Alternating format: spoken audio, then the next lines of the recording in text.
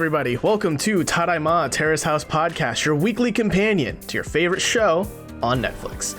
I'm Robert Scarpanito, and I am joined here by Daily Wilhelm, Konbanwa, Jack Cepeda, Irashamasa, and Colin Sparling. Hello, everybody. And it's exciting.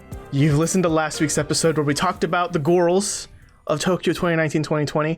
This week, we're going to talk about the other side of the house. We're going to talk about the boys.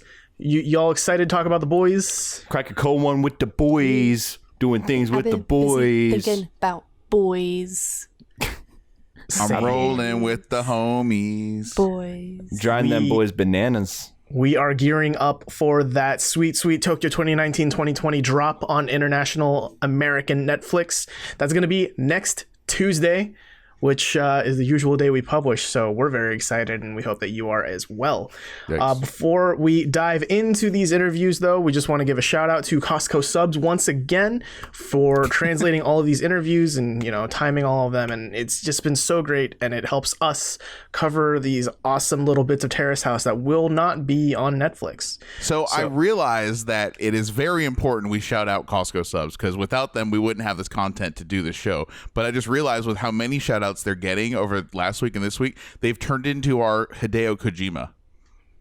Like Tadaima, produced by Costco Subs. Yes, you know what I mean? They're like, oh, I love, whenever I'm playing Metal Gear, I'm just like, I love this game. If only I knew who it was written and produced and directed by.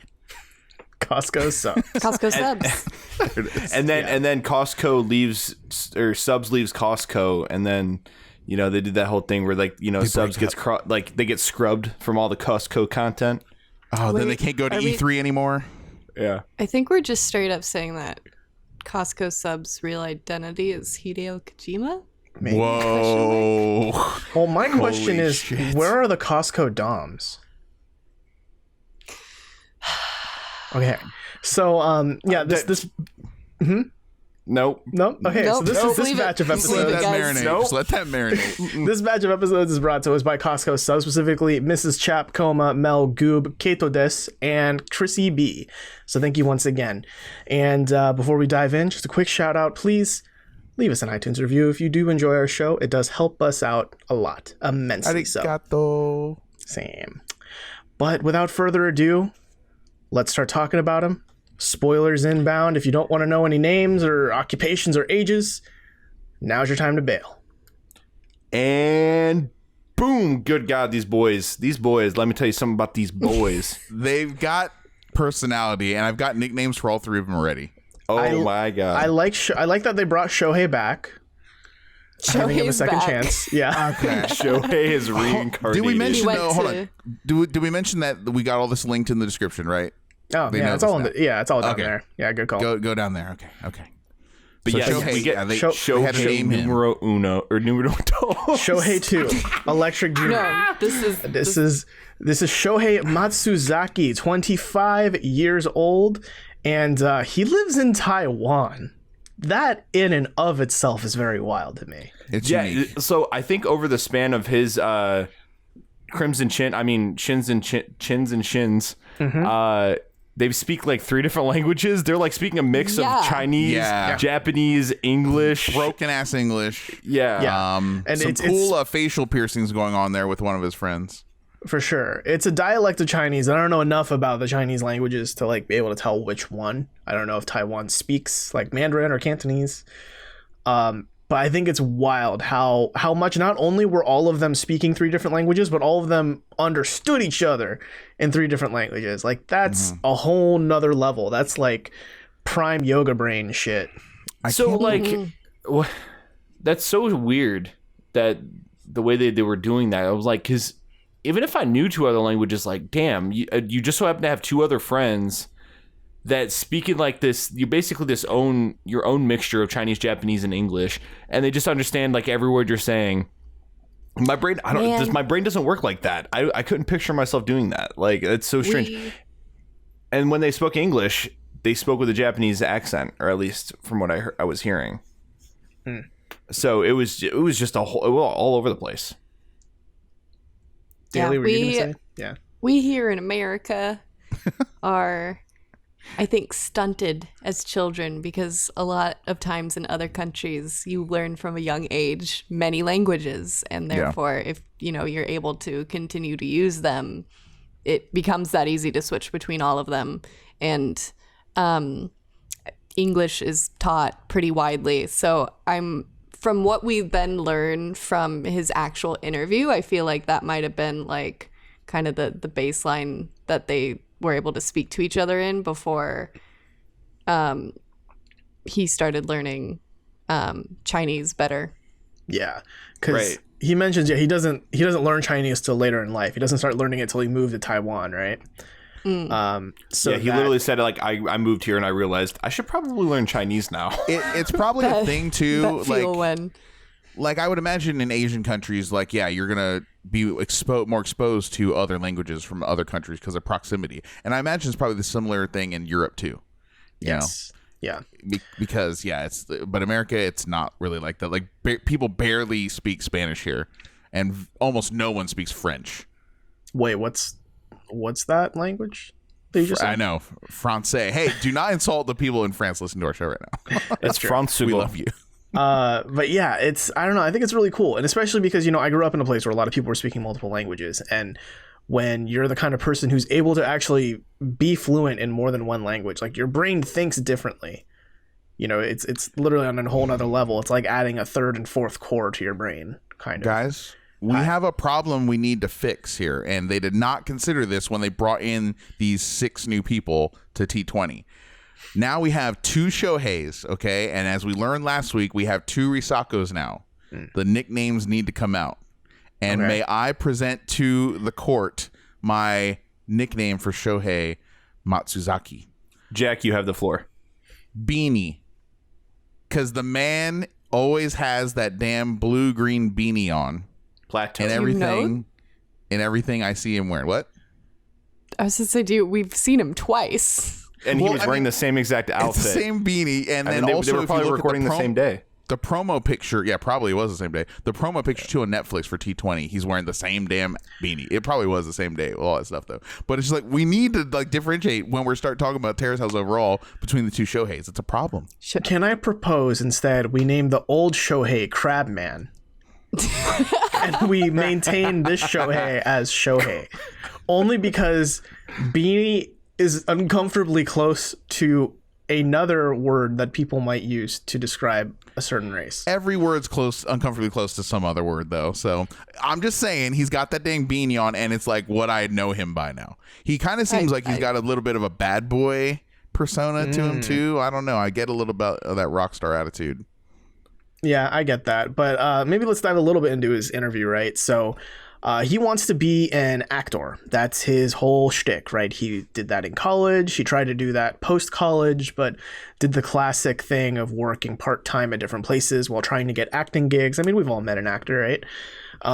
And then apparently, I guess so, right? According to Terrace House, everyone's tried either modeling or acting at one point in their lives. Well, see, this Shohei is different though, because he tried acting first and then resorted to modeling. So he went the other way. He did it backwards. Oh well, guess I'm gonna model now. And I love that too. Yeah, that indifference, right? That's just like, oh well, I might as well model, right? Like it's his choice, right? Do you think there are beanie models? Is that a thing? Like your head's the right shape to 100% for beanies. Yeah, you never seen a hot boy wearing a saggy beanie, dude. There's models for everything. There's hand models, there's feet models, there's leg models, there's booty models. There's good actors too. There's actors that can rock the beanie too. You've seen Zac Efron rocking a beanie. You see who's Amazing Spider-Man guy? Who's that? No, let him hang. Andrew Garfield, that guy. Dude, you put anything on David Beckham and I'm buying it. That's how I feel. That's true. Yeah, David Beckham too. So this Shohei, he likes Taiwanese movies, which is part of the reason that he moved to Taiwan, which that's a wild reason.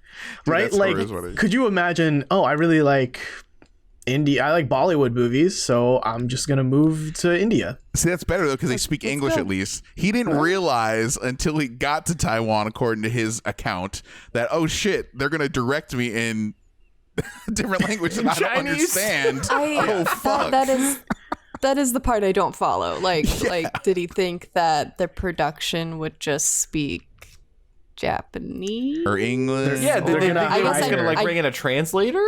Like, what was the guess I thought process there? Yeah, I don't know enough about Taiwanese movies to know if they're primarily in Chinese or maybe some of them are in Japanese. And I agree. I don't know. I mean, much to my own personal shame, I cannot name a movie that is known for coming from Taiwan.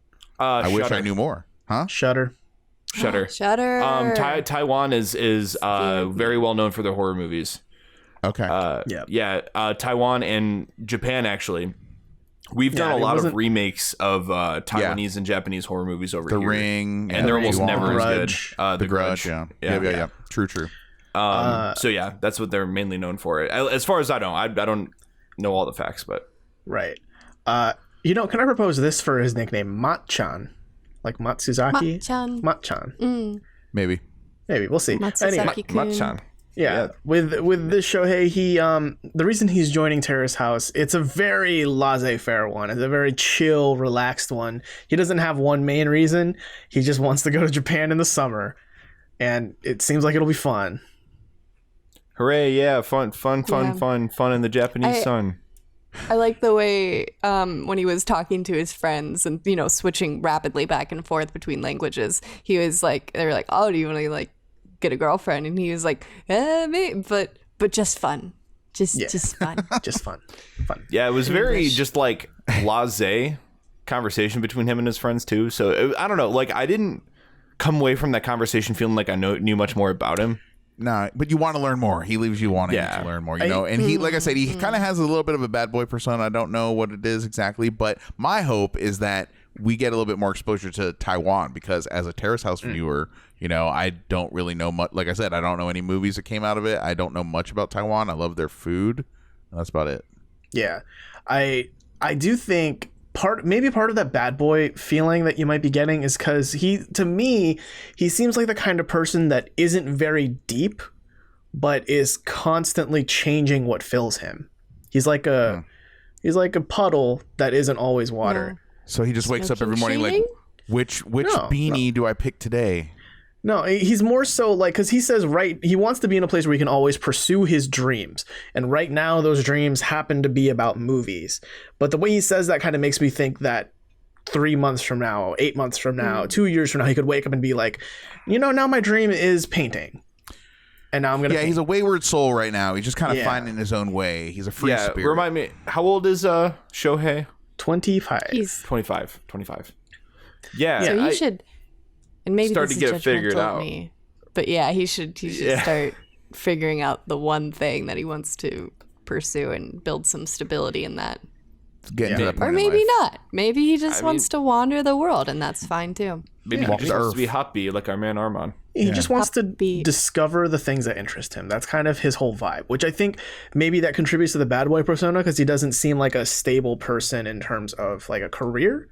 He just kind of he goes with the flow. He goes with where the wind takes him. Yeah, well, I mean, whatever the case, he's making enough money to travel a lot. That's for sure. Remind me real quick, guys. Did he go into the type of girl he likes in his interview? He says he likes a strong girl who pursues her own dreams and doesn't sit around and wait for those dreams to happen. A hard worker. Didn't he say someone a creative type? Or was that somebody else he did that mention said creatives. And I'm thinking instantly, I was like, motherfuck, there's a girl like that right now that he's going to meet. Kaori. Yes. Kaori. I'm not going to say her name anymore after last week. Kaori. Butchering it enough. I'll let you guys say it for me. Kaori? Kaori. Hey, you're getting close. No, I mean, based on that alone, I could see him maybe gravitating toward Kaori. I'm curious how he'd feel about the age gap, though, with him being the younger one. Yeah, that's true. Ane-san. Yeah. It seems like the I type feel who like might be a little iffy about that. Right. I'm really excited to talk about the next boy, if I'm being honest. Let's talk about the next boy. All right. Kenji Yes. Yoshihara. Can we call him Yoshi?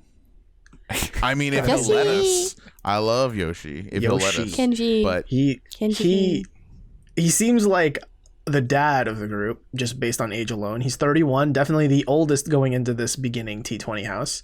And he also is a bit of a wayward soul, I would say. We get his chins and shin shot is in his home, which is not just a school bus, but a school bus from Hawaii somehow. And it's decked out, like completely decked out. It's like I saw these shots and I was like, this is some straight Tumblr shit. Like, Isn't it? Oh my god. Like convert an old bus into a fucking house. Isn't it like, a short bus too? It is. Yeah. It's like just just a bed and a guitar and a cooler full of, I think, beer. Yeah, and he wants to add a kitchen, maybe. Eventually. Hashtag van life. Yeah, hashtag So, van bus life. life. I was very confused here because I thought he was in Hawaii. Is he in Japan at the time of this? Because I thought it was Hawaii. Kanagawa. Yeah, that's Yeah, it what was. You're right. It was. The Yeah, it was subtitle Kanagawa. said. Yep. Okay, for some reason I don't know what it was, the music or the beach scene or something. I was like, oh, this I is mean, like On the side of the bus, it did say like Hawaii District School or something like that's that. what it was. Okay, I thought it was in Hawaii for some reason. So That's why I was confused. 'Cause I'm like, how the fuck did a Hawaii bus make Yeah. its way to Japan? it floated. It's possible, y'all. But if I had to guess, you got a we second have hand. the technology. Yes, I we guess can so. do this. But Kenji is a pretty cool dude. He's lead singer of a band called Spicy Soul, or In all caps except for the I. yeah, Also, soul is not spelled with a U, which then suggests like the sun. Sun. the sun is right? spicy. SOL, Spicy Sun, spicy. Yeah, the implying the sun's a little hot, maybe. Oh, I get it. Anyone get a chance to listen to Spicy Soul? No. I did not. So I did. They have some popular YouTube videos, actually, like 750,000 views with their most popular video, 500,000 views on their second most popular. Is he like our Pretty chill. boy Kyujitsu Kacho? It's interesting because, well, he's a singer, and like he used to have a big, bushy, almost half afro haircut too, just last year. It was pretty funny now because we see him only with short hair. But the music's interesting. I wouldn't sit here and say like, oh yeah, I'm going to go out to a show and buy their album right away. But I mean, it's good, it's quality, and he's a solid singer. I don't know if I'd say he's like a world class talent or anything like that, but it fits a style, and it's just pretty chill music.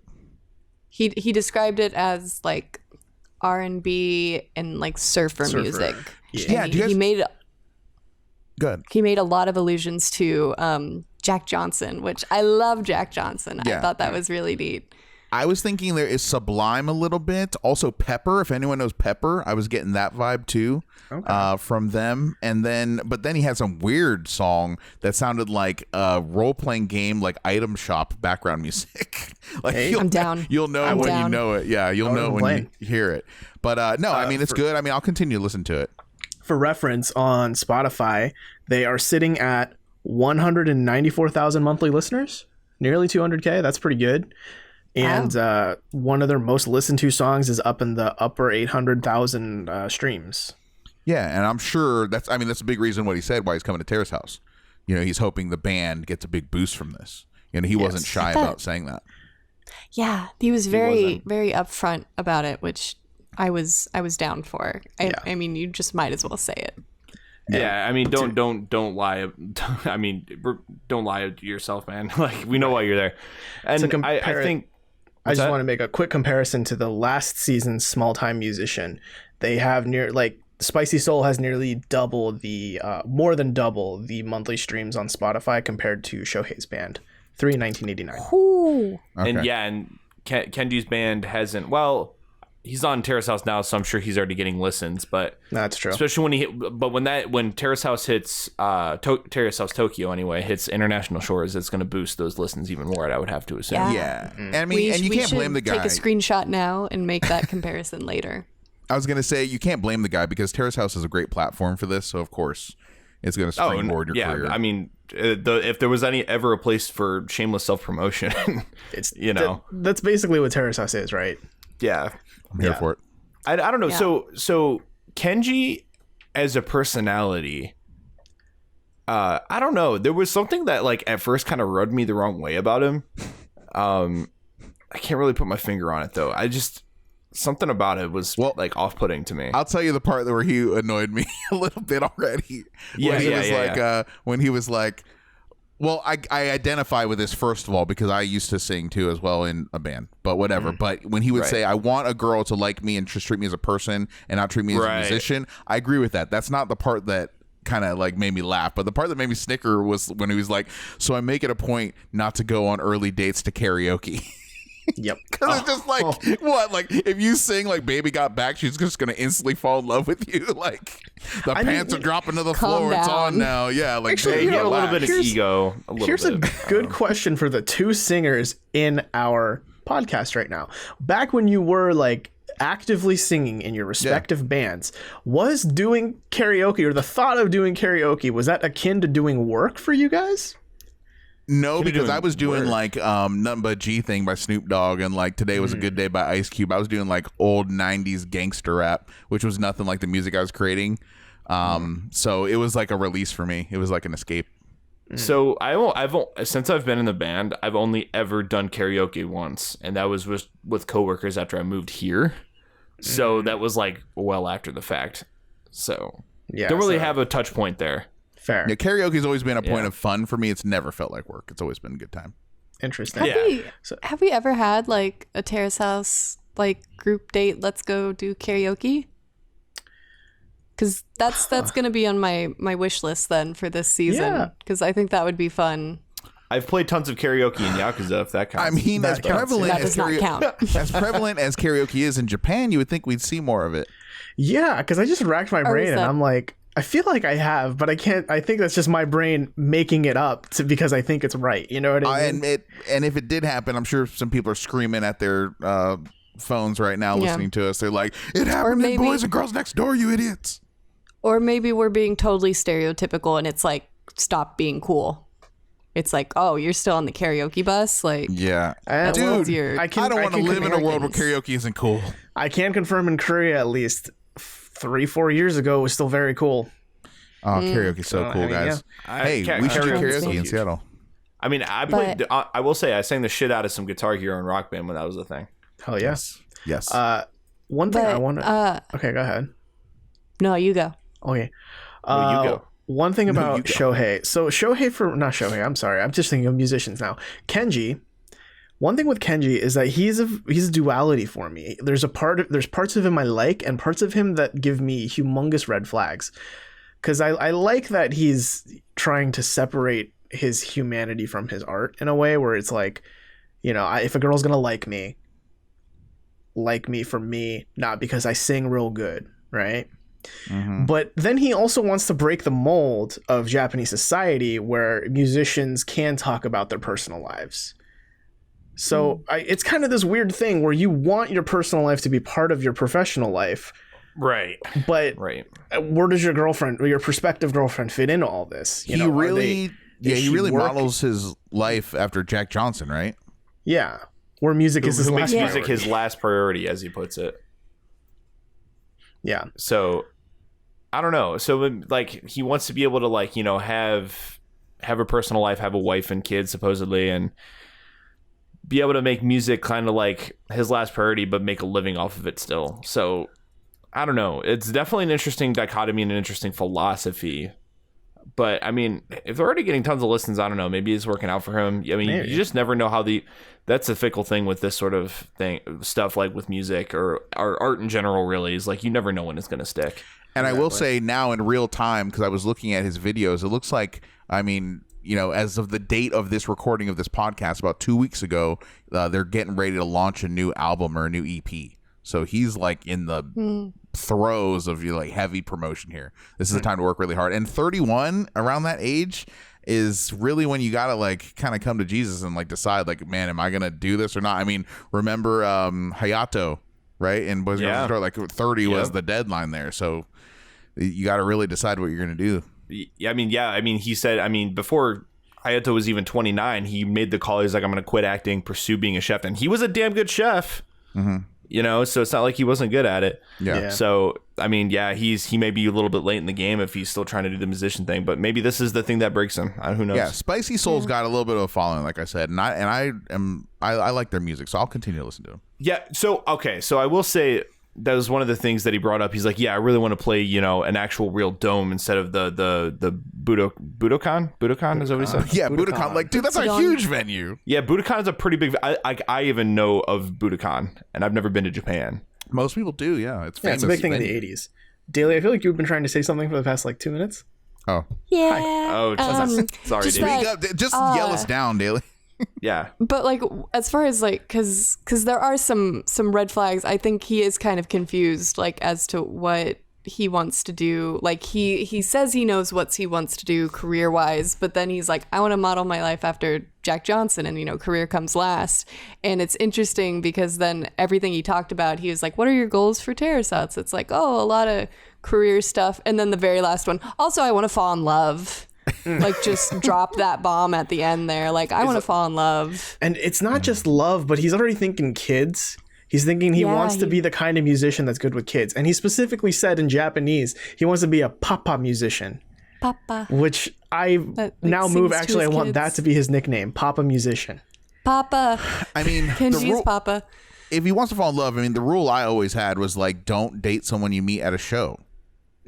That was basically it, So, that's probably a big, heavy motivator for him to go on an adventure such as Terrace House. Wait, but Terrace House is a show. No, to his own show. Don't meet someone at the Spicy Soul show, right? Yeah.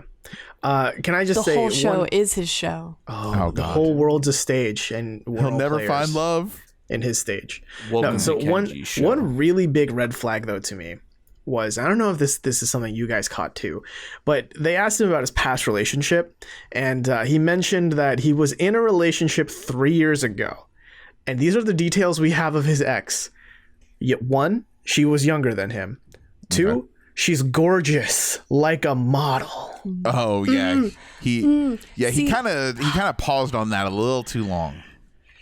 Lingered on that a little awkwardly, yeah. Yeah, it's just that to me reeks of you still think about her, huh? You still not pretty over hung up on her, huh? See, that upset me too, because I had already had it going in my head from the Chins and Shins video, which I love that we're calling it that. He his buddy was like, "Oh, are you gonna you're gonna draw them?" He's an artist in multiple ways, apparently. So he has some illustration skill. Yeah, so I was like, wow. Oh, him and Kaori, right? It's Kaori is the illustrator. Yeah, maybe they're around the same age. Maybe they'll hit it off. But then he said that, and it was like, oh, you're gonna. I know you. I know what you're gonna do. But maybe that's unfair of me. Is that his move? You think, Daly? Is that what you're getting at? Oh no, I was saying that. I thought that he would click really well with Kaori because they would share the drawing thing and being creative. Now. Yeah. But now hearing that that's very much his type, he still doesn't seem to be over, then he's going to go for the two girls that are models. Well, gorgeous like models. She's a gorgeous like models, which isn't to say that Kaori's not beautiful, because she is, but that type, model type. Yeah. It's a different type. I don't know, man. For me, the biggest red flag is that he's still hung up. To me, that just sounds like he's hung up on his ex. He gave a little tell. We don't know, though. Let's give him the benefit of the doubt. He wants to try new experiences here, but he did it was just that slightest of a hint, bro. I'm just saying, if this turns out to be... Don't get so excited when you talk about your ex, man. If this turns out to be another Yuriko from Boys and Girls, where he tries to get back with his ex, and then she's like, I can't. I'm dating the hospital director's son now, or daughter, maybe. Daughter's son. I'm dating the band that's bigger than you's lead singer. Oh man. Dating I'm dating Masao. He walks out.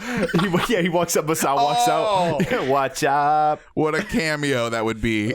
That'd be a good one. That'd be great. What a callback.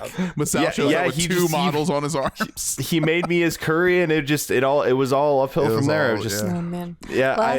Last thing I just want to drop about Kenji. There's a Jesus blanket draped over the chair across from him. So not only was he talking to his buddy sitting on the bed, I blinked for a minute and I was like, Jesus is just sitting there listening to him talk about going on to Terrace House.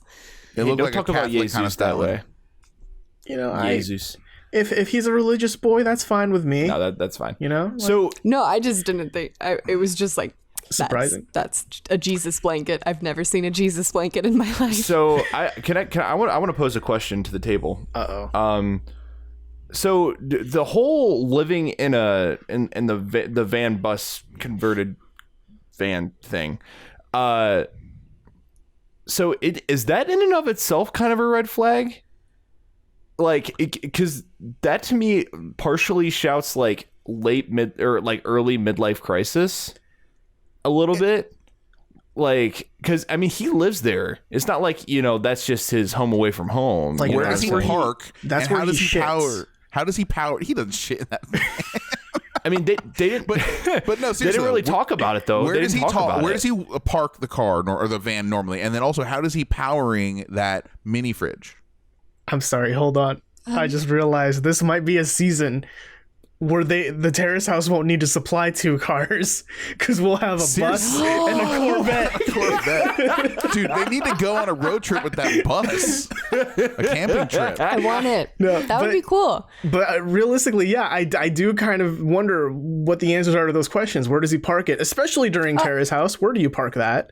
And 2, is it generator, like keg generator, like a kerosene generator or something? Yeah. I've watched some van life vlogs, and man, these things are very self-sustaining, like very tricked out. Like you have a separate battery, like you have the car battery, and then you have like the generator that powers everything else, and it's super quiet. It's probably under the bed, like under a platform under the bed. It's easy to add in extra appliances like a sink or like a full fridge. Yeah, didn't he say he's adding a kitchen? Didn't he say he wanted to add a kitchen? Yeah. Well, like crazy. You can add like a counter and like a sink, maybe in like a single burner, I would imagine. Mm-hmm. But he could also do it in a thing. Well, go ahead, Daly. The one difficult thing, though, that I've seen across like several van life blogs, which is getting really popular. So it's not just like a crazy homeless guy in his van. It's like very trendy. Showering is very difficult. So you're either under a hose out in the parking lot, or like you go to a public bath, which there are plenty of in Japan. So, so he might be fine. Yeah, he might be fine. And for a kitchen, like the cool thing about those buses is a lot of them have like the baggage compartments or the luggage compartments on the outside that open from the outside, right? So you could probably like put like a convertible stove or like countertop that folds out from there. You gotta wonder. You'd be surprised. Does that positively or negatively affect his dating life? I just wonder. That's what I'm saying. Like that's kind of what I'm getting at with the question that I was posing to the table. Right. Like, is that because if a girl starts dating him and it's like, oh, you know, like they become a couple, and like when do you drop the bomb that you live in a van, and how does someone react to that? And somebody may be all for it. Somebody and wants to be like live nomadically maybe, or somebody could be. Like find it very abhorrent. Like, by the way, it's terrible. It's not a van. It is literally a short bus. Oh yeah, it's a short bus. That's what it is, you know. So he's got the whole door arm open. So I feel like the answer to that question, and it's a cop out, but it probably depends. Right? I mean, it does. Like, you're right. I mean, we can't just blanket statement every prospective dating partner is going to hate or like it, right? I think that's true. If we're talking about the 3 girls that are going to be in the house, if I had to guess, the one person who'd be the most on board with it would be Risako. I imagine Haruka is going to be absolutely not, because she hangs out with too many old people to consider the nomadic bus life stable in any way, shape, or form. And the fact that he's a musician on top of it, probably just a fat no. It just screams of like instability, I guess.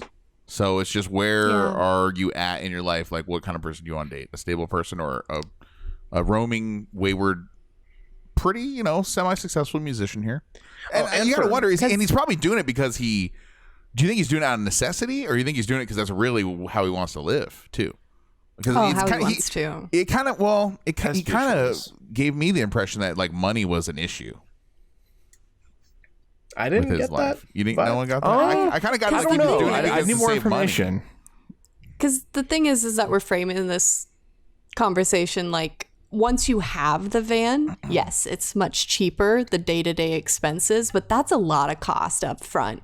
Because not only are you paying for a vehicle in Japan, of all places, but you're also paying to either renovate it or it's already renovated, and then it's going to be way more expensive than your average short bus, which I'm guessing already isn't exactly cheap. From Hawaii, too, so it's an import. He has an imported house. Import. It floated there. It floated across He has to have bought that used somewhere, and it was already in Japan. There's no way he had that imported. You know what will be really unfortunate? I hope it doesn't happen. I hope he doesn't just like welcome himself to Terrace House and then we never see the van ever again. Like, I'm hoping that doesn't happen with the Corvette either, right? With Haruka. But I'm kind of worried about that. Like, I kind of want the van to like be featured. I want it parked out front. I want people to go take trips in it. I want it to be around. I don't want it to just be a thing where like we see it this one time and then we don't really see it again until he leaves in it. Theory. What if the bus, becomes the new Japanese style room? It's the fuck room. Oh my god. It's the fuck bus. If the van's a rockin', don't come a knockin'. Don't come a knocking. Robert, you called it. It's man. the fuck bus. It's the fuck bus. That's where Rico and Hayato are going to hide in the middle of the night. Oh, shit. And they're just going to see...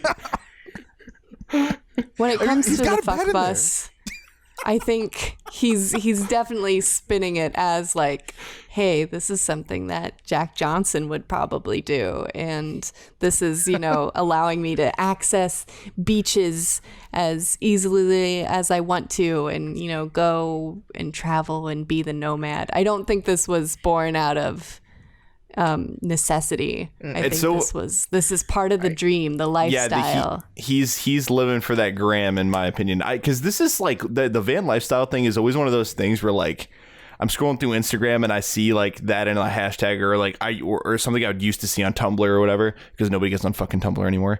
Tumblr's dead. And you see it and you just like you scroll past it like, oh, that'd be cool, that'd be neat, that'd be a cool thing to do. And then you don't really think about it that deeply, because as soon as you start thinking about it a little bit past like the initial impression of like, fuck, logistically thinking this through is like, this would be a pain in the ass way to live. Look, whenever I think of van, or I guess bus life in this case, my main source of anxiety is where you shit, because what happens is he takes members of the house onto his fuck bus, and he like people are like, yeah, so this is where where I crash when I'm not on the show and blah blah blah. It's like, oh, what's this? This bucket smells really bad. Oh yeah, don't touch that. Don't touch it. Yoshihara-san. Educate yourselves, guys. They have fully functioning bathrooms on these things. Have y'all ever been in an RV before? Yeah, an RV, yeah, but an RV, but this is a school bus. Listen, when you go on tour on a bus or an RV or anything like that, rule number 1 is don't use number 2 in the toilet, because it stinks the whole thing up. Yeah, that's like the so first even if rule it did have a toilet today, the trendy thing, according to vlogs that I've watched, which have been a couple, it's composting toilets, self-composting toilets. So it's essentially a human litter box. Daly, you're an insider on this industry. We're going to come to you throughout the season. Dude, like you know your shit when it comes to van life. You're an insider. I just got cut. Like, I watched one video on a Saturday, and that's what I spent my day doing on accident. Wow. Yeah. Then you fell down a Reddit rabbit hole. Can I thank this man, please, guys? Can I thank him one time? Kenji Yoshihara, thanks for the fuck shack. Signed Dirty Mike and the Boys. There you go. That's all. The last thing I want to say about Yoshi is I hope he become. I mean, I equally hope for all 6 of them that they're all fun members to have in the house, and they produce great TV for us to watch and laugh at and or with. My main worry with him though is if he wants to bail, like if he just doesn't want to sleep in the house, he doesn't have to. Like, it's not going to be a Maya situation where it's like, why are you sleeping on the couch? It's literally just he's gone. He just sleeps wherever his bus is. Guys, are we going to get the first person to just like up and bail on Terrace House without saying a word to anyone? Just ghost everybody? Dude, that'd be wild. I don't know. We'll have to see. I can only hope for that drama. Let's move on to the last boy. The 6th boy. Oh, man. Ruka Nishinoiri. It's a weird last name. I got a nickname for this guy, too. Jack, can I hear you say his last name? Please, can you say his last name? Nishinoiri. That's it. No. Close. But close. It's Hey, close. Well, you just trying to fucking shame me on the podcast? Nishinoiri. Yeah. Here's a tricky one. Jack could never get this. No, I mean, I had to feel my way through the dark on it too. First, we had Beanie. Okay. Then we had Short Bus. Yoshi. Now we got Grandma's Boy. Oh, that's Yeah, literally that's in my fair. notes like 5 times. Absolutely. Yeah, it's Oh my it's God. fucking Grandma's Boy. They put up his, because I watched the Chins and Shins, then the interview, and I was like, this motherfucker can't be any older than 17, 18. Yeah. And 20. A child. he's 20 years old, which is still really young. He but can drink. holy A child. Shit. I thought, like, the way they were talking about him in the Chins and Shins thing, like, they were talking about him like he was a junior in fucking high school. Dude, not even like a middle schooler. Yeah. When you're 20 years old, you need to know where the power button is to turn on the washing machine, okay? Yeah. Blanket statement. And also, can we talk about, like, he has a big family. Like, that's maybe the closest Yeah, to, he like, does. a Catholic It's family extended. I've seen Yeah. in Japan. Also in Kanagawa, by the way. Yes. The Kawasaki, this Kanagawa interview. Prefecture. Yep. I was trying to tell like which generation was which because it's obvious that like grandma's sitting on the couch yelling at him, which I loved. But I was This trying whole to scene tell, like, was who are his wholesome parents? as hell, by the way. Yeah, who are his parents? Who are his siblings? Because there were like those 2 little twin girls. Yeah. Which was super cute. And then I think he had 2 other siblings. It's just it's a lot of people in a room. Yeah. And almost all of them were like, you're going to have to learn how to pick up after yourself, right? Don't oversleep. Clean your room. Don't forget to learn how to do laundry. Like, literally, I had flashbacks to when I was 16, 17, moving out of the house. I'm like, Yeah, I love how the dad was like, this kid. mind your manners, boy. Yeah, he kept calling him boy. You He really sounded got the like that grunt boy. exactly. Also, Yeah, exactly. Yeah, he's like like- just like Kratos. He was Kratos. Thank you. And I love, and this to me is it's like an omen as to I think he's not going to have any success in the house in terms of romance because his No. grandma, well, many reasons, right? But his grandma joked like, don't fall in love and don't date 2 people at once. And I'm like, if it's your grandma making that joke, you do not have the street cred to date one person, No. probably. This is one of the most sheltered kids I've ever seen in the show.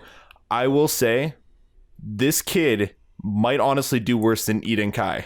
How big a deal? With the Whoa, girls. bold words. But how big Yeah. a deal do you think it was when he showed up at home with those earrings in his ear?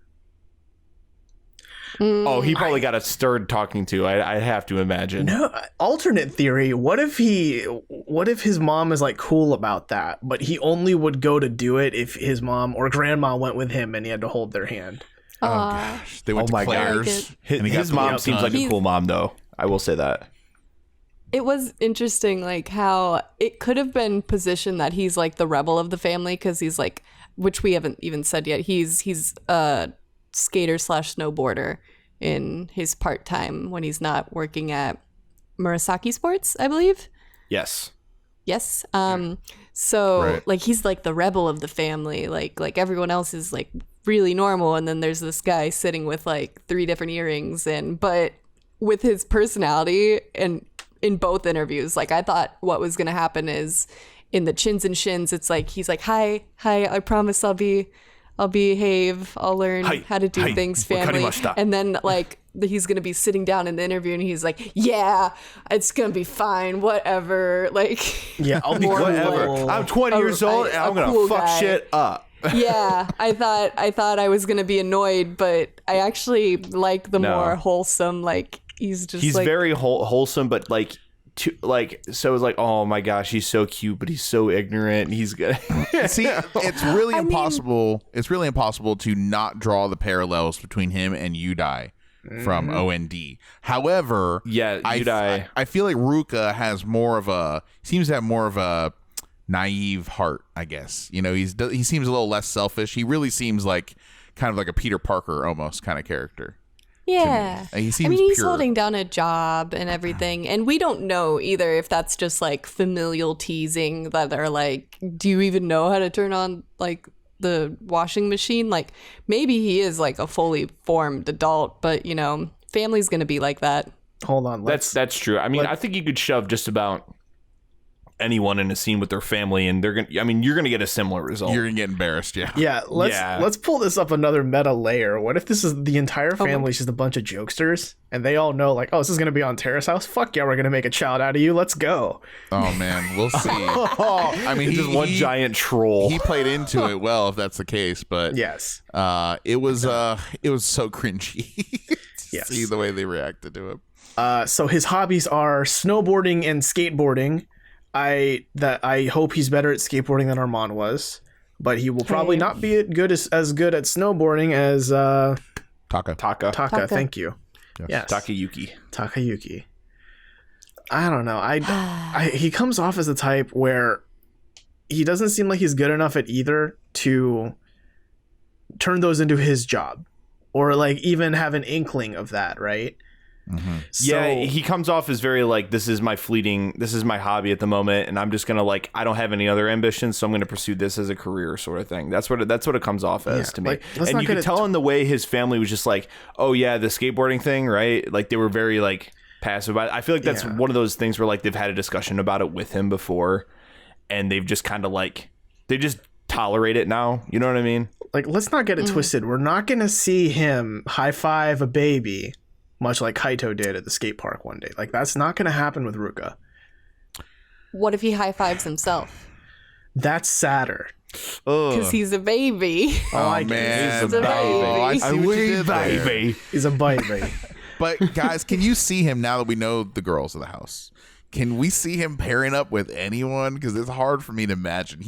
I hate that we invoked the name Eden Kai, but I can see why. Yeah, Yusuke was his actual name, right? Yep. But I don't know if we can see Ruka-san. Yeah, from Aloha State Daily for reference. Yes. Okay. Yeah.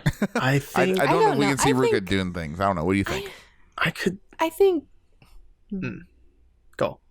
I think we got to see him in a very particular lens. So I think like him actually interacting with like people that aren't his family or interviewers that are shoving a camera in his face. I'd like to see him in a more natural setting, I guess is what it is, than something, because out of all the like chins and chin shots, this was the most stilted and like awkward one. Like I loved it, but it was so awkward. I will say, yeah, I agree with that. It was different though. I will say it stood out. Like I don't think we've ever seen someone just sit there with an entire full family in their living room. The more we talk about it now, the more I want to go back and watch it again for the entertainment value. I mean, it was kind of adorable though, because they were like all seeing him off, and he's like, "Hey, you can have my room while I'm gone." To his brother or whatever, and like make sure you take care of the chores and stuff like that. It's such a wholesome like a Harry Potter. It's like a beginning of it's like a beginning of a movie, and someone is sending off their kid to go on the hero's journey. Yeah, he's like, he's going. You will go to the far flung city and go to the castle and talk to the king. Like, it was like that. That's what it reminded me of. So my thing with him and the women in the house, right? I think the closest. Like, to me, I guess the most realistic pairing I can imagine is Ruka and Kaori, because Kaori she seems maybe like the most motherly of the three women, and maybe the most likely to have the patience to deal with a child who may or may not know how to do laundry. Yeah, but I don't see that turning into a romantic relationship. I can't picture it. But hear me out. Ruka's into older women. Yeah, I was going to say, he did say that he really is drawn to older women. But that's only one-sided, right? That's true. I mean, I'm just saying, like, for Ruka, at least, the puzzle's there. Aren't they all older than him, though? Well, yes. Yeah. But, he made a point, like, older women, not just that they are older than him, but they are, up there in age. Is our parkour girl older than him? By 1 year. She's... By 1 year. 1 year. So she's still an Ane-san. But yes. I'm just saying, like, as far as sports go, skateboarding, parkour, there's a little bit of overlap there. So maybe a connection will be forged that way. Maybe. But maybe. Ruka does say, I'm just, again, bolstering the Kaori argument here, he's into short-haired girls. Like I said, I mean, he's into it, but I'm just saying, it doesn't usually go well when one person likes one person. There's no reciprocity there at Terrace House traditionally. Yeah, that's true. So, but hey, I hope the best for the guy because I like him a lot already. I like him way more than, and this is super early, right? So I could hate him by the end of the first episode. But as of right now, I'm like rooting for him. I just don't see a way for him to get an in with any of these women at all. Yeah, but what even if he doesn't end up in a relationship or whatever, right? What they kept bringing up in his Chins and Chins video, right, is they hope he learns a lot, right? He matures, he comes out of his shell, he gains just some life experience because it sounds like he's just a homebody. Other than skateboarding, right? Like he's very much like, I mean, he was 20 years old and he still wasn't out of his parents' house yet. Like he hasn't gone to university or anything like that. You know, that's more and so common like in Japan. What's that? Isn't that like? I mean, it's not. It's not uncommon. It's pretty normal. It's not uncommon for in people. Japan. You're usually with your parents. You stay there for a while. And what I was going to say is that no wonder he's in his shell because he gets referred to as boy. Like, you know, you're like kind of keeping him under your thumb that way. Boy. So. Yeah, and I mean, lest we forget too that Ruka says he has a little bit of trouble talking to women sometimes. He gets very embarrassed very quickly. Red in the face. Oh yeah, and he's trying to get over that. Yeah. So I'm just hoping like at the end of the day this is a low bar, but I just hope he grows more than Yudai did on the show. That's kind of all I want for Ruka. I think he will because he just comes across as way more humble than Yudai did. You know, and I think before we get there, before he learns those life lessons, we're going to have some cringy moments in the future. We're going to have those moments where I'm like, oh my God, this scene needs to cut already. I can't see him like spending dad's credit card though. You know, I can't. I don't see that. Because his dad will kick his ass. Right. But I mean, boy. Can we twist the lens a little bit? What if it's not cringy but adorable? For example, Ruka's been there for a couple weeks now, desperately needs to do laundry, but for the life of him, he can't figure it out. So he finally musters up the courage to shuffle up to one of the girls, and it's like, hey, where do I put these quarters? Can you show me how to do laundry, please? I'm almost out of underwear, and I really Atelier tutori, please. Atelier tutori. And then the girl is like, oh yeah, here, let me show you how to do it. And then they bond over teaching. I guess they both go to reach for the laundry out of the dryer. Their hands touch. Then they look up, their eyes meet. We are. There it is. Like a burning and then Kenji's in the background with a guitar serenading. Oh my God! Stop. Okay, so Daly's got words. This discussion has made me much more excited about the guys because I gotta say, like, initially having watched all these interviews, I was like bored. I'm like, I don't care as much. Especially, I'm sorry, but Shohei was super boring to me. Like. I was just like, great, another model / actor. Oh, I agree. Cool. I totally agree. Yeah, his was the most blasé out of the three, 100%. Beanie. Can I ruin Ruka just a little bit for everyone though? You can try. Okay. So in my notes, I have two things written. One, okay, so he's into older women. That's cool. Two, he got very excited when he talked about how his grandma loves him. His grandma's his favorite. It's so sweet, though. So my question is, how much older are we talking here? I'm gonna kink shame you right now. Stop. Oh. No, Robert. Pump down. the brakes, Scarpanito. Bad. Pump the grates. This has been Tadaima. Until next time, itakimasu. Close. I'm just saying, it was a little bit like the question came into my mind. He really loves his grandma. There's Clean nothing your wrong mind. with that. Sure. He's grandma's favorite. He's Which grandma's makes me boy. question, what did his siblings do? Like, what's wrong with his siblings if he's grandma's favorite? Yeah. How did they fall out of favor? Wait, he's just the oldest, isn't he? You seem like it. I couldn't. Yeah, it's kind of hard to tell, man. I mean, I would guess so, only because he offered his room, right? Like, usually that's the sign of the oldest moving. Yeah, because like like he was facing forward, right? Like where the TV was. He had his mom like right there in front of the TV. To the right was the dad, and then and then his siblings to the left there, and then his grandma, and the two twins, two little girls. Right. Yeah. I don't know. I don't know. Yeah. Big family. Either way, I'm just saying, man. He might be It might be into the really old I'm going to close the door on this shit right now. Guys, thank me later. But I just want to go around the table one lap each and just like, how do we feel now that we know all 6 of these people? You know, what how do we feel about the house? How we feel about it overall? I think that the Terrace House producers have done a damn good job starting out with a really diverse cast, right? Mm-hmm. Like we're getting people that have people that have careers and things that we've never seen on Terrace House before, which is super exciting. That have hobbies that we've never seen before, right? I mean, we're still getting a little bit of modeling. Yeah. It's to be expected at this point. But like, for the most part, I mean, we're getting a gearhead. We're getting a lead singer of a band who lives in a bus. We're getting a wholesome kid who's just like, I do this for my family. Bright-eyed and bushy-tailed. Yeah, bright-eyed and bushy-tailed. You got an actor. I mean, and then a parkour artist and an illustrator. Like, I think that's super interesting. I don't know about you guys. I agree with you. Like, it is an interesting cadre of people they brought together here. Their personalities, I don't see any super red flags here that are sticking out to me yet. I'm excited to see how they all interact. I will say, though, I mean, with Shohei, yeah, he is kind of like paint by the numbers a little bit with what we know of Terrace House, but the fact that he's familiar with Taiwan, I'm hoping I learn a little bit more about that country because I really don't know much about Taiwan, sad to say. Daily? Jinx?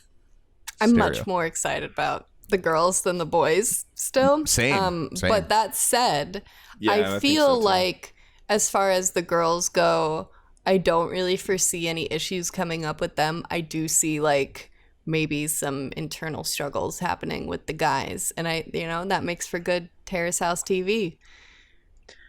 I'm looking at go ahead. No, go ahead. You first, then back to me.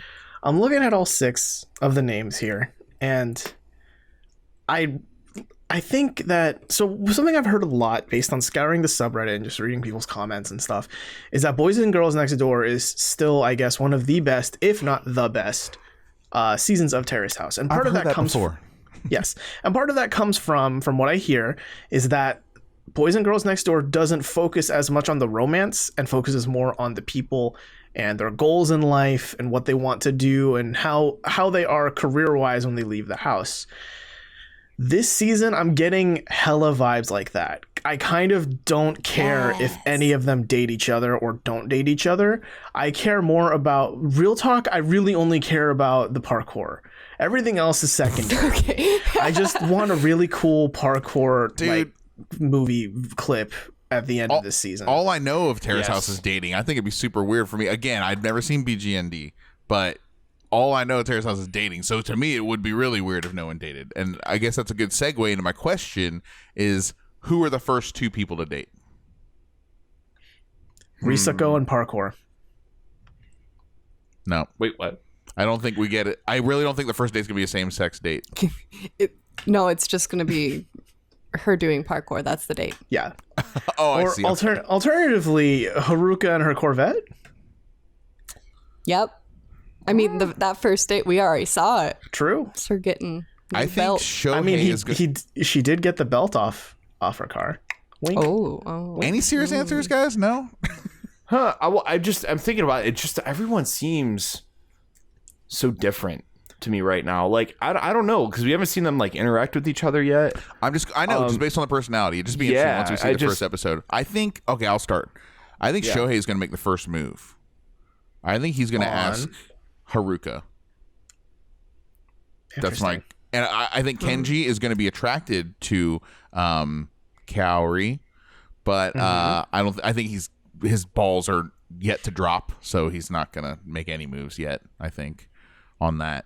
And then we'll see what I think Shohei will kind of I don't want to use the term like play cleanup, but I think Shohei will like maybe also be attracted to Haruka. But we'll see. There might be it might start out with a triangle. That'd be kind of crazy. Wait. Shohei is going to be attracted to Ruka? Yeah. That was my first guess. Okay. So same sex. Okay. Shohei and Haruka. Isn't Haruka? Oh, the chick with Haruka. Okay, I wasn't hearing the ha part. I only heard sorry. Ruka, and I was like, that's a bold prediction. I just realized that, the names sound really similar if you just say them quickly like that. Yeah, I just realized. No, Shohei and Haruka. And I think maybe Kenji, that might be a triangle. We'll see. Don't know. I know nothing. I don't know. Yeah, go ahead. I think I could see Ruka trying for Kaori. No way. I could see him wanting to, but not. Yeah. But I feel like it's gonna end in an awkward scene where Kaori's like, she's trying to be really cordial with him and be really nice, and he's just like struggling to get the words out. And then we're gonna get a scene where Kaori's like talking with one of the other girls or something in the girls' room, and Kaori's like, because she's gonna be asked like, what do you think of the boys? And she's like, like Ruka seems really nice. I don't know. Like he's really young, and he's a little bit too, I don't know. He's a little awkward. Yeah. I don't know. I mean, looking at this group, nothing sticks out to me except for Ruka and Kaori, and that's just a reach. Because I don't foresee Haruka and Kenji getting together, only because I think Haruka would rather die than be caught driving a bus. Yeah, I guess that's true. Maybe. Yeah. Yeah. And good point. I don't know. With Risako, I just based on what I know of her, she seems very. I think I only really picture her dating a guy who's equally as fit as her, or at least cares enough about fitness as much as her. I don't see the three guys like competing up to her snuff. Real question, up to her snuff. With Kenji, don't you have to have like a different kind of license, like a CDL or something like that in the States? Don't you have to operate a vehicle like that, like a bus? Yep. So True. Does that mean like he can operate anything up to that, or does that mean he needs a different license to just drive a normal car? I don't know the answer. But maybe he can't even drive the other cars. Legally, maybe, yeah. Yeah. Yeah. I mean, we already know that their license laws in Japan are super strict. Yeah. Their upkeep, So, maybe not. All right, Daly, we've been delaying long enough for you to come up with some answer. What do you got? I don't know.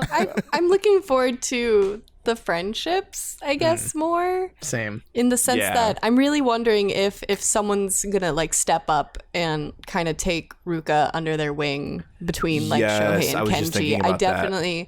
I feel like Kenji is going to be maybe a similar figure as Taka was to Yudai, but this time it's gonna go right. We're gonna see less tears, more smiles. Because Ruka's more moldable. Bond. Yeah, he seems more open and less. I have no idea what planet he lives on. What if still don't know about what if planet Yudai? Planet no what socks. If what if Kenji is like, maybe his band is like getting a little bit bigger because of Terrace House, but maybe he's like, hey, you should be realistic about your goals. You know what I'm saying? Like, I'd love to see a moment like that where Kenji's just like, hey, just like take it from me. Like, I spent 5 years doing nothing with my life, as Kenji put it, right? Yeah. And tells Ruka, like, just think about what it is you want to do and really go for that thing and take it seriously. Because I definitely see like a connection there happening naturally because like Ruka does, skateboarding and snowboarding. Maybe he also does surfing, which we know that Kenji does. Yeah. Or maybe he's never done it and they go, that would be fun. Like they go out and it's like, oh, let's see how similar it is. It's not at all. Not even a little. I could see Shohei being the player of the season. I could see him being like the early Uchi. Beanie. And Uchi. And Uchi had a beanie too. Whoa, conspiracy theory. He'd date all three, and then it'd be like The Bachelor, where his beanie's the rose, and he has to choose who to give his beanie to. If this were 2014, still, people would be trading beanies. That was a thing. That was a thing that people did in 2014. Why does this beanie smell like strawberry shampoo? Yeah, I wouldn't complain about that. No, I'm not complaining. So, all right, last question, since we're in these kind of predicting mode here for what's going to happen. Who's the first person to leave? Ruka. I'm going with Ruka. go home. It would have to go bad for him. You think he'll get homesick is what it is. Yeah. I feel like for Ruka, it'd have to go bad for him to leave. And maybe it will. No. Maybe it'll be too much pressure. If Like he gets living with home. older people. If I'm You going think he gets from homesick? pure risk, I think Ruka is at the highest risk to leave because there's so many new elements, right? Living on his own for the first time. Not just living on his own, but living with 5 roommates, which is definitely not a usual thing in Japan. But didn't 3 he of those say- roommates are girls. He can barely talk to them. Like, Isn't it near his house though? Didn't he say that? He can visit his grandma whenever, right? He made it sound like it was pretty close. Am I crazy? Kanagawa. I don't know where Kanagawa is in relation to. Maybe I'm totally wrong too. Maybe he said it was I far mean, away, and I'm just. I didn't get the impression that it was close. Like, he could just walk down the street. No, not that sort of close, but Okay. I think. Go ahead. Colin, you go first. well, and to add another thing onto what Robert was saying, like not only living with 5 other roommates, but living with 5 other roommates for the first time out on your own on fucking TV. On TV. Yeah, That's a lot. And can't do laundry. And you can't do laundry. yeah. I'm dude, just saying, that's just. There's a lot of factors that can go wrong that I think would contribute to Ruka going home.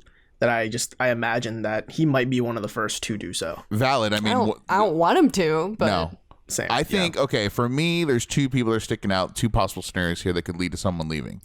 I think that maybe we are underestimating Risako's temper a little bit based on the information she shared with us last week. She was my pick. I think she's gonna leave first. Yeah, and so maybe that could play a factor, and she just like waves the white flag and is like, "I'm out of here." Who knows? Also, I could see another scenario where Shohei romance ain't happening for him, and that's kind of what he's there for. And he just bails too because he's like, "Well, I lost. I struck out with all the girls, or the ones that I was interested in, anyways. I'm out of here. I'm a wayward spirit. I don't give a crap. I'm going back to Taiwan." So those are the 2 that kind of stick out like as possibilities, but it's so hard to predict these things. We really need to start a pool. I feel like Shohei's gonna be stubborn though, and like want to stay even if like he's not getting along with people, even if he's getting rejected. Really? Partially because he said that he wanted to stay in Japan. Yeah. Even if he wasn't on Terrace House. So like, and that's free. Yeah, I could see- rent yeah, for I the could see starving him- artist. Hey, Armand. Like, I could see Shohei or Kenji kind of sticking around for a while, and Kaori by extension. I think she could be hanging out in the house for a while too. Yeah, I think Shohei might stick around the most, only because probably in the same reason Armand stayed around for so long is that moving out of the house means moving thousands of miles away, which is just a huge endeavor and a lot of money. Granted, Taiwan is not as far away, but it's still an international affair for Shohei to move out of the house. What if Kenji gets bus sick and has to leave the house? Well, then he facing just he just withdrawals. goes and sleeps in the house. Yeah, He'd sleep in his fuck the bus.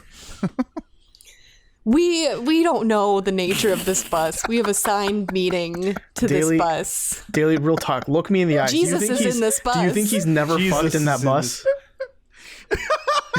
What, Robert? Do you think he's never fucked in that bus? Oh, not with that blanket there. Come on, Robert. Have some Well, cute. do you think he turns the blanket over?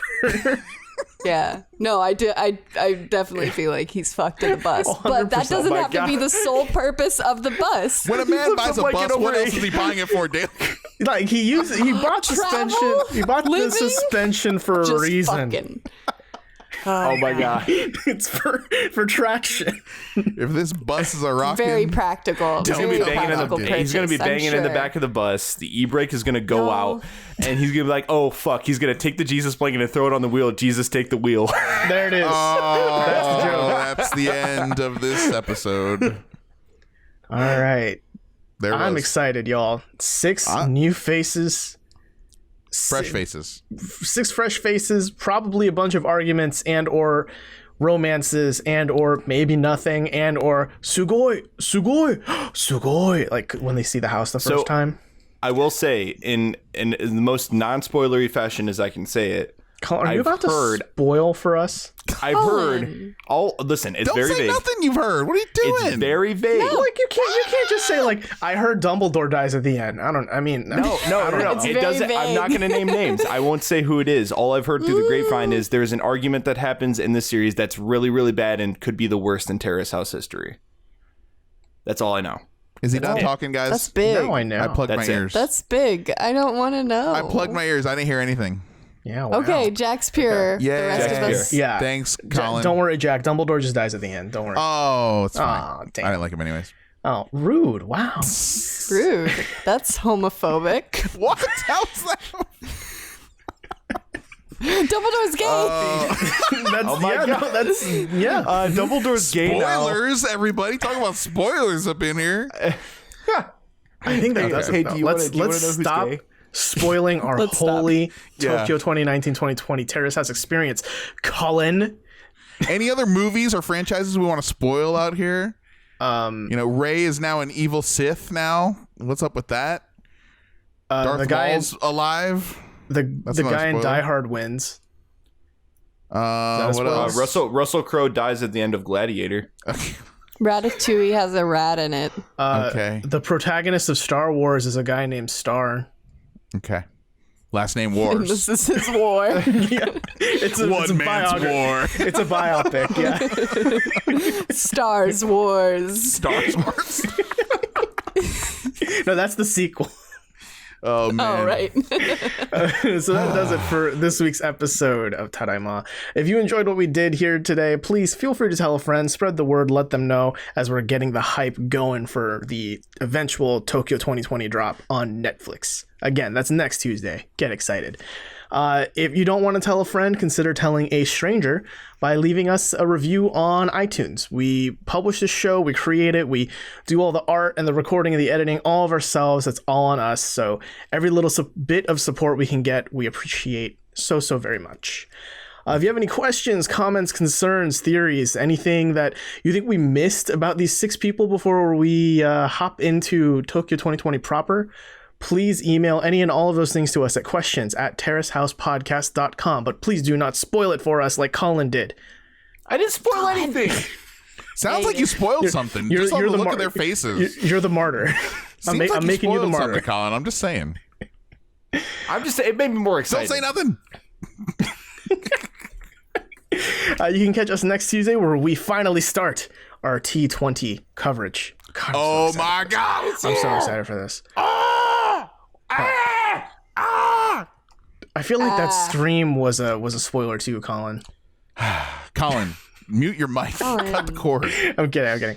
But yeah, you can catch us next Tuesday and join us when we start binging that show like the rest of you will. This has been Tadaima. Thanks for listening. Itekimasu.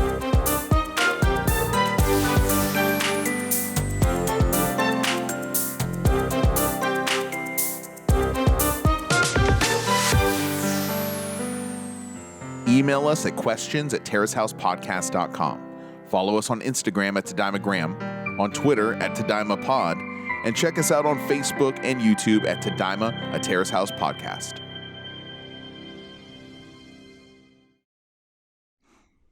Hello, everybody. Hold on, let's... Oh, Welcome to Jack's Corner. Jack, do you want to talk? You want to tell us what's going on? holy shit. What's going that on was fun. your side of the woods? Hello, everybody. Welcome to Tadaima, a Terrace House Podcast. My name is Jack Cepeda. We're your weekly companion to your favorite show on Netflix. Colin Sparling, Daily Wilhelm, and Robert Scarpinito are joining me live from the top of Cat Mountain. Guys, I want to talk about cereal. Can we talk about cereal for a minute? No, we wait, just all guys. switching Do roles? you, Wait, Yeah. do you guys want to do a show? You want to do the damn thing? We're gonna talk about Terrace House. Hey guys, I'm Robert Scarpinito. And Daily, do somebody. No kink Pick one of shaming. us. That's the most salient thing to remember. And with that, let's do the real Makes sense. show. Okay. Well, that's the blooper reel.